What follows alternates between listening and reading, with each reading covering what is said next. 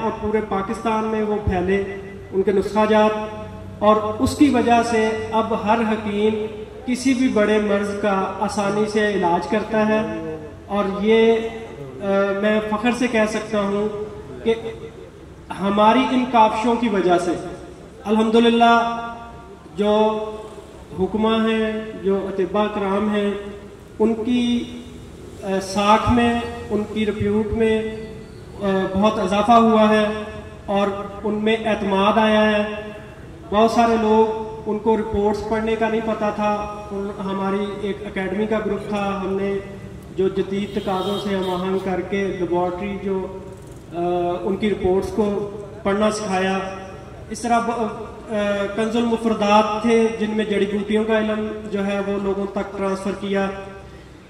तो फिजियोथेरेपी का एक था जिसमें जो जोड़ों के और जो इस किस्म का फन रखते थे उन लोगों तक महदूद था।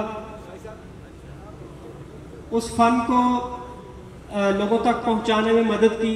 असातिज़ा कराम से दरख्वास्तें की कि आप आएँ और लोगों को ये फ़न सिखाएं।